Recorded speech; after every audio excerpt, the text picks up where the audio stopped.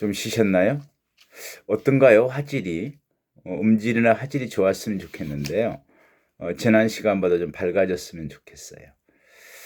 자, 그건 그렇고 지난 시간 끝자락에서 그런 이야기 했었죠. 여러분들이 상상하는 교도소 사회는 무엇일까? 교도소는 어떤 모습일까? 어떤 사람들이 들어와서 생활하고 있을까?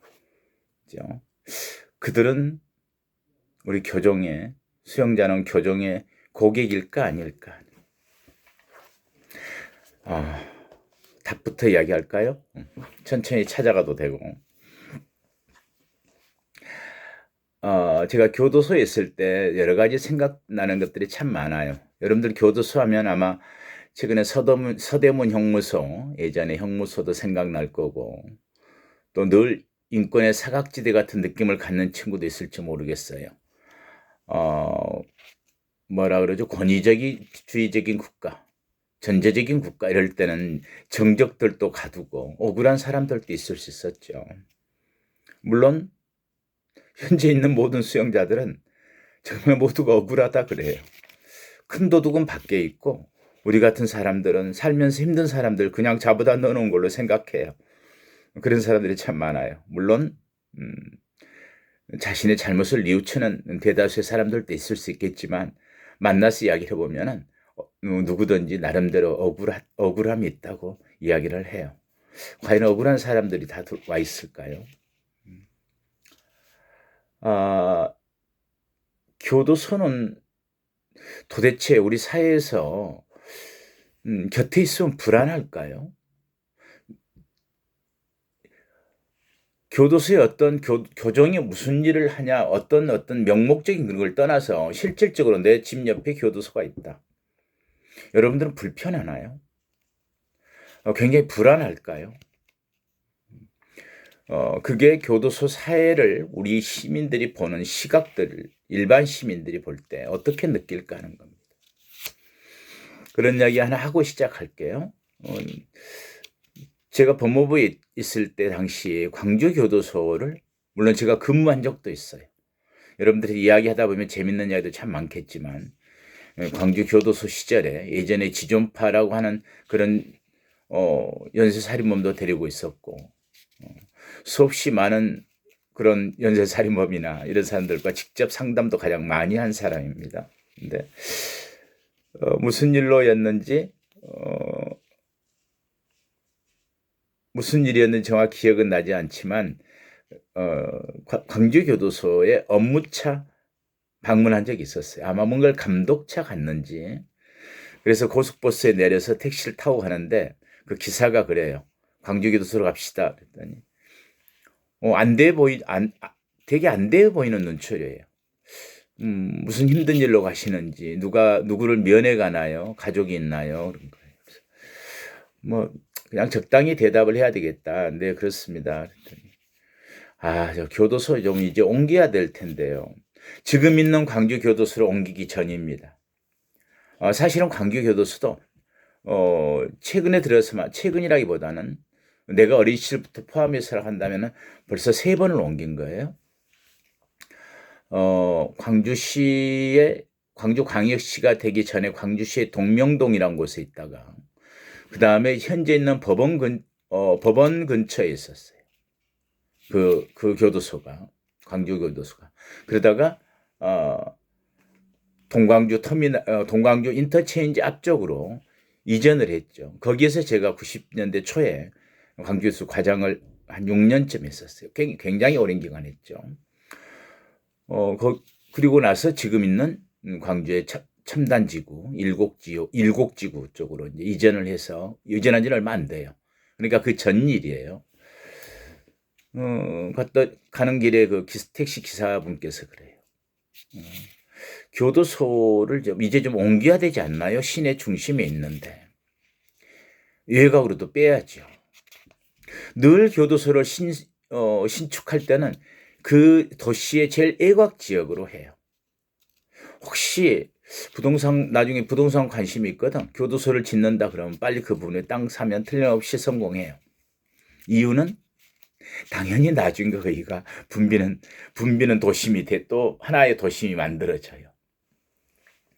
기본적으로 교정시설에 들어가면 그 인프라가 다시 형성되잖아요. 큰 도로가 생기고 상하수도가 들어가고 전기가 들어가고 도시가스가 들어가고 주변에 공원이 지금은 확보되고 많은 어떤 문화시설까지 지금은 함께 들어가요. 당연히 발전할 수밖에 없는 거죠. 그러다 보면 그 주변에 상권이 생길 거고 사람들이 모여들 거고 그 주변에 인근에 또 학교도 생길 수 있고 다른 관공서들이 많이 들어오고 그래서 그런 쪽으로 관심을 가졌던 직원들도 있어요. 부동산 쪽으로도. 어찌되었건 옮기는 게 낫지 않겠느냐 그래요. 왜요? 이제 여기가 교도소가 없어져야 이 주변에 땅값도 오르고 사람들도 덜 불안하고 더 발전할 수 있다 이렇게 이야기를 해요. 사실은 그런 걸 고려해서 처음에 외곽으로 갔음에도 불구하고 그렇게 변화해 가요. 그래서 그런 이야기를 했어요. 아저씨, 내 지역에서 누군가가 범죄를 해서 죄를 지어서 교정시설을 가게 되는데 결국 갇혀있는 사람도 이 지역 사람이고 찾아오는 사람도 대부분 이 지역 사람이고 또 여기 있는 사람들은 검찰의 조사도 받아야 수사 과정에서 조사도 받아야 되고 법원의 재판도 받아야 되는데 어디까지 멀리 갈 수 있겠느냐. 그런 문제가 있겠군요. 그래요. 또 그리고 깊이 들어간다고 하면은 교통이나 또 상하수도, 전기, 여기 있는 사람들도 하나의 사회로서의 정말 안에도 하나의 삶의 현장이잖아요. 하나의 사회예요. 우리가 말하는 교도소 사회라고 하는 거. 그냥 교도소라고 하는 부분의 어떤 격리 구금의 문제만이 아니라 실제 사람들이 살고 있잖아요. 이 과목의 마지막에 그 문화에 대한 이야기를 할 때 안에 있는 사람의 중요한 구성 요소는 한편으로는 대다수의 수용자들이겠지만은 또 교도관들이 있고 자원봉사자도 있고 그 일과 관련된 지역사회 기관들도 있고 하는 게 교도소 사회지 않겠어요? 교정사회. 그래서 앞으로는 그때도 그런 이야기를 했었어요. 그때는 법으로 규정되지 않았던 시절인데 그렇게 주장했으면 좋겠습니다, 아저씨. 우리가 면회도 가야 되고 그 사람들도 먹고 살아야 되고 하는데 그냥 멀리 보낼 게 아니고 법원, 검찰, 구치소, 교도소가 한데 모여 있는 법조타운을 만든다면 얼마나 시민들이 원스톱 서비스로 법률 서비스를 받기 좋을까요? 오히려 그렇게 주장하는 게 좋을 것 같다. 그렇게 된다면은 이번에 지어진 문정동 법조타운이나 아마 법조타운으로서 하나의 모델이 될 수 있는 곳 중 하나도 인천구치소죠. 인천구치소 옆에 법원과 검찰, 보호관찰소가 한 대 있고 수용자들 구치소이기 때문에 대다수의 미결수지만 수형자도 있죠. 이 사람들은 지하의 통로를 통해서 검찰이 조사를 받으러 갈 때는 검찰청으로 법원의 판결을 받으러 갈 때는 법원으로 가는 통로로 지하로 연결되어 있어요. 8층 건물인데 지하 1층에는 기계실이라면 지하 2층쯤 내려가면 지하 통로로 연결이 되어 있습니다. 지금 그렇게 시스템이 되어 있는 게 문정동 법조타운이죠. 동부구치소가 있는. 그런 생각 안 드나요? 주말 되면 어느 지역 가면 정말 주말에 이렇게 막히나 시내가 이러는데 예전에 이제 코로나19 이전이니까 주말에 결혼식이 있는 어디 대형 식장이 있다. 또 그렇다면은 그 부분이 뭐 식당을 포함해서 식장 손님들 차가 얼마나 막히는지 차라리 그렇게 웨딩타운 같은 게 있었으면 좋겠다는 생각을 저는 한 적이 있어요. 잘 조성을 해서 정말 야외 촬영도 공원 같은 걸 만들어서 야외 촬영도 되고 식장도 되고 사진관도 있고 여행사도 있고 음식점도 있고 그런 공간들에 또 문화 공간까지 함께 연관 지어진 것들이 다 있다면 얼마나 좋을까. 시민들이 사용하기도 좋고 다른 일반 시민들이 또 교통의 번잡도 없고 지금은 새로 신축하는 교정시설은 법조타운화하는 쪽으로 공고를 하고 있고요. 또 그렇게 법적으로 이렇게 하도록 하고 있고 새로 신축하게 되면은 500명 이내의 교도소였으면 좋겠고 개인의 어떤 각자 방을 주는 독고 수용을 원칙으로 한다. 이렇게 형집행법이라는 명시를 하고 있는데 현실이 그렇지 않죠. 아직도 교도소를 새로 짓는다. 어느 교도소가 내 지역으로 온다 하면은 시민들의 저항이 아직은 심하죠. 그런 면에서는 교정만이 아니고 보호관찰소를 하나 신축한다고 해서 분당이나 몇 개 지역들에서 제가 충청도 지역의 대전, 천안도 근무를 했는데 그 지역의 홍성이나 이런 쪽들의 보호관찰소 들어가면서도 굉장히 어려웠던 지역 주민과의 마찰들이 심했던 걸 많이 경험했었습니다. 과연 혐오시설일까요? 꼭 그렇게 해야 되나요? 그런 생각도 듭니다. 아무튼 어찌되었건 교도소가 옆에 있으면 불편하게 느껴지지만 사실은 교도소가 들어옴으로써 좋은 점도 많죠. 통계적으로 정확히 그 분석은 되어 있지 않다 치더라도 그 주변에 범죄가 없는 건 사실이고요. 또 그 한데 발전해갈 그런 여지들이 많습니다. 저기 남부구치소, 남부교도소만 보더라도 밖에 있는 체육관을 시민들이 함께 사용하고 대부분의 교도소들은 또 넓은 공간을 차지하기 때문에 주차 공간을 지역 주민에게 할애한다랄지 많은 시민들에게 쉴 수 있는 어떤 휴게 장소들, 공원 이런 걸 많이 조성하죠. 요즘은. 그래요.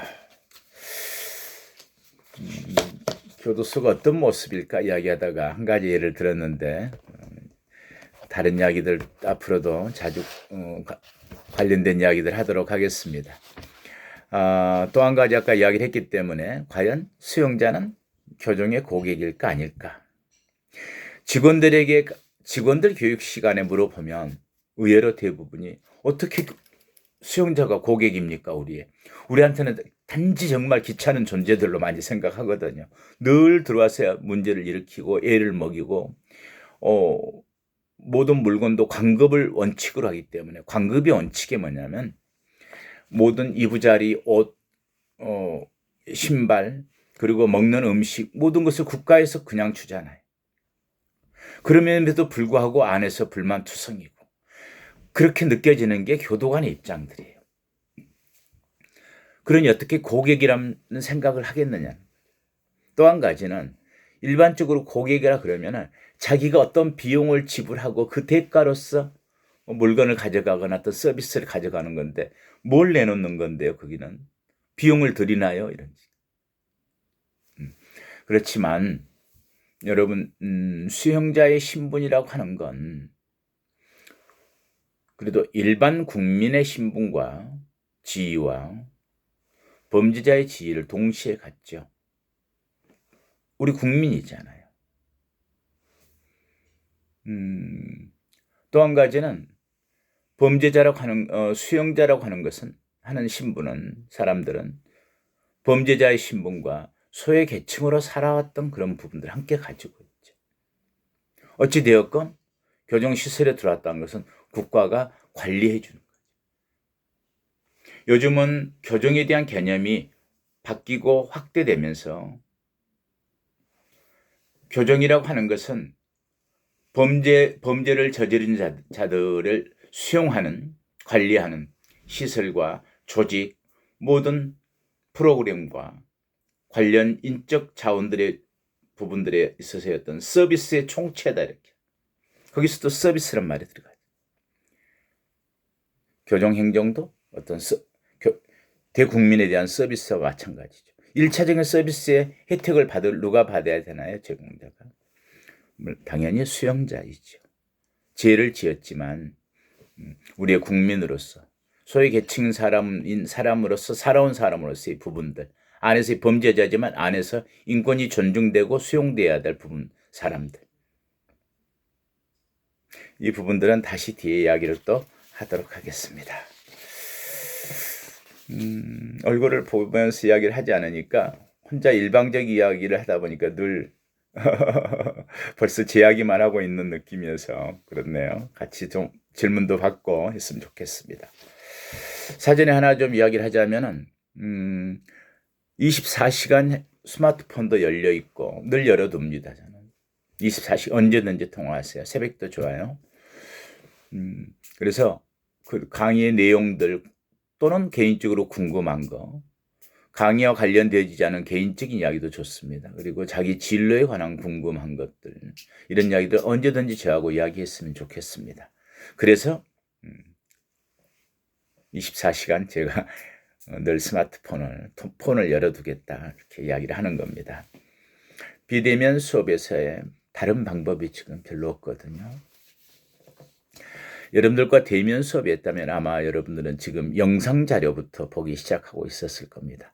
교도소의 상황들, 교도소의 현황들, 그런 홍보 자료와 교정 관련 영상부터 보고 시작했을 텐데 바로 진행하니까 제가 좀 빠른 느낌이 있어서 좀 걱정을 하고 있습니다. 그래도 천천히 진행할게요.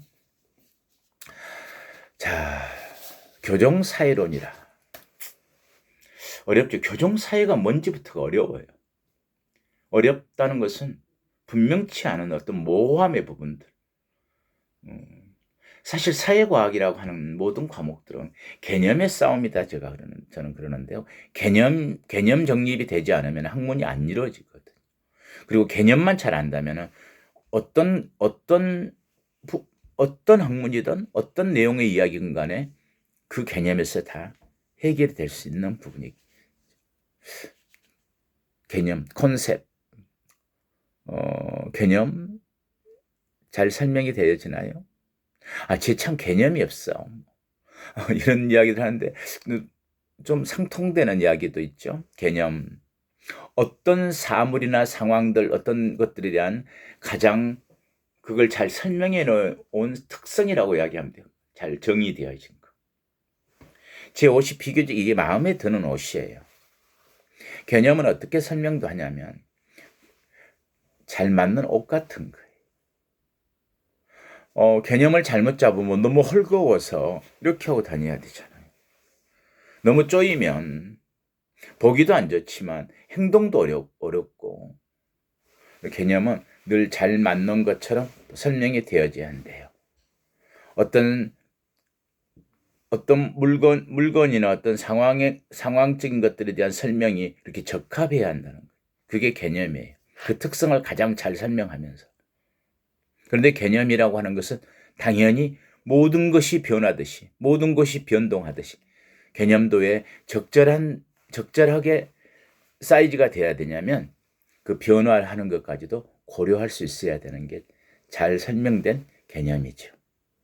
개념이 없으면 안 되겠죠. 이상한 조크인가요?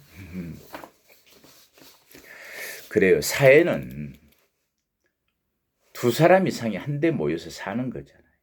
그러한 관계 지어서 사는 거예요. 사회.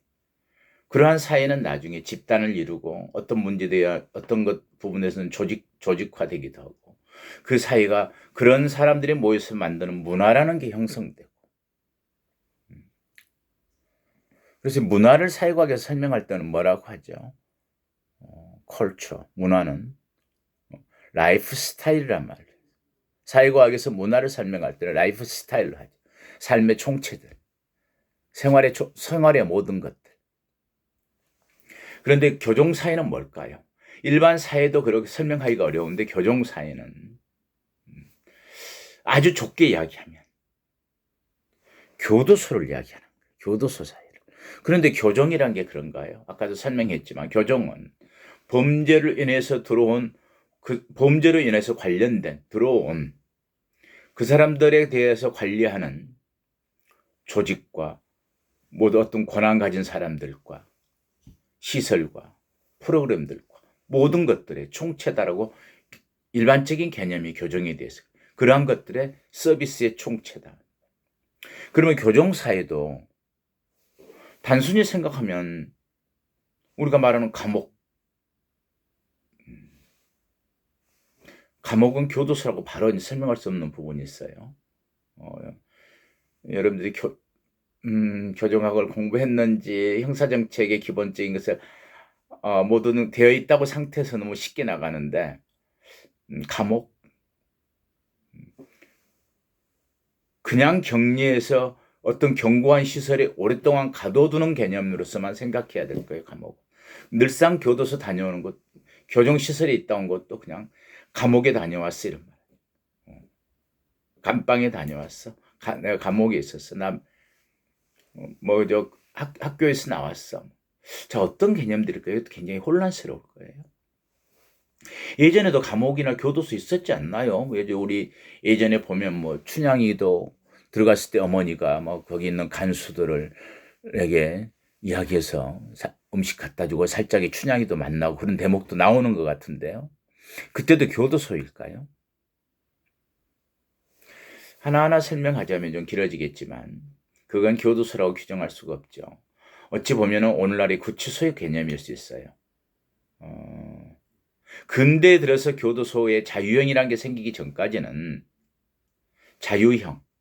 자유를 박탈하는 거예요. 말 그대로 신체를 구속해서. 예전에는 그렇게 자유형의 시대가 없던 정근대 시대에는 어떤 형벌이 주된 형벌이었을까요? 지금은 모든 주된 형벌은 자유형이에요. 물론 지금도 어느 나라에는 태형도 신체형인 태형도 있고 부분적으로는 어떤 뭐 유배의 성격도 가질 수 있는 경우도 있을 수 있고 또 생명형으로서 뭐 당연히 이제 사형은 예전부터 지금까지도 존재하지만 그런데 예전에 형벌의 주된 것은 신체형이나 재산 형령들이에요. 지금도 재산을 몰수하거나 이런 형벌이 있지만 자유형의 근간을 주된 형벌이고 나머지들은 이제 벌금형이 있다. 벌금을 못 내면 노역장으로 와서 교도소 살 수도 있다. 이런 부분들이죠. 옛날에 감옥은 어떤 거냐면 그 옛날 시절에는 잘못하면 가둬둬서 언제까지 필요해요? 그 사람들이 내 죄를 내가 알렸다 때까지. 네 죄가 뭔지를 밝혀지면 태형을 하거나 이를테면 도형, 장형으로 사람을 때리거나 또는 멀리 유배를 보내거나 아니면 차명에 처하거나 사형을 시키거나 그렇지 않으면 재산을 몰수하거나 그 옛날에는 노비로도 삼거나 그래서 그냥 끝나버린 게 자유를 박탈해서 이를테면 징역 몇 년의 처함 얼마 동안 자유를 박탈함이란 뜻이에요. 아무튼 그런 거 감옥의 부분들과는 다른 개념입니다. 자, 그런데 이제 사회가 그런 관계들 속에서 있는 건데 교도소 사회 좀 크게 이야기를 해볼까요? 어떤 사회를 형성한다고 하는 것은 교정만이 아니고 뭐 어떤 사회가 구성되어 있고 그 사회가 유지되고 뭐 존속하고 발전한다 라고 하는 것들은 그 사회가 가지고 있는 유지하고자 하는 방법이 있죠. 모든 사회는 그 사회가 가치 있다고 생각하는 것. 이렇게 했으면 좋겠어. 이렇게 하면 칭찬을 받아요. 이건 해서는 안 되려는 부분이 있죠. 우리는 그걸 규범이라고 하고 질서를 위한 거예요. 그래서 하나의 사회는 그 사회가 지향하는 가치와 그 사회가 규제하는 질서가 있죠. 가치와 질서를 가지고 한 사회가 그래도 유지되는 거죠.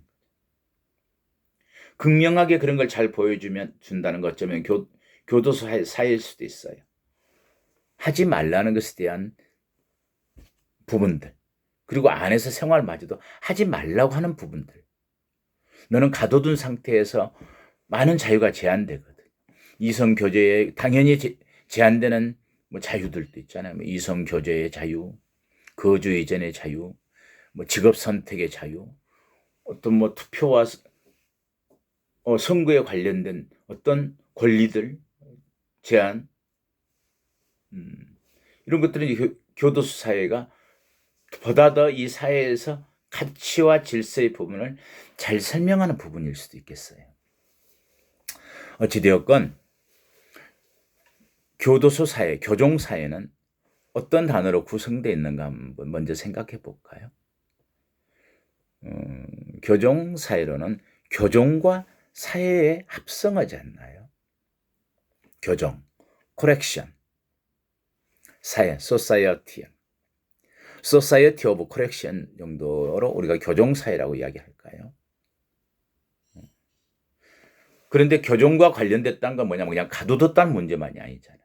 한 사회가 얼마나 큰 사이즈야, 인구가 얼마야라고도 있지만은 그 역사가 있고 전통이 있고 그 사회가 추구하는 가치가 있잖아요. 결국 큰 틀의 어떤 문화란 게 있고.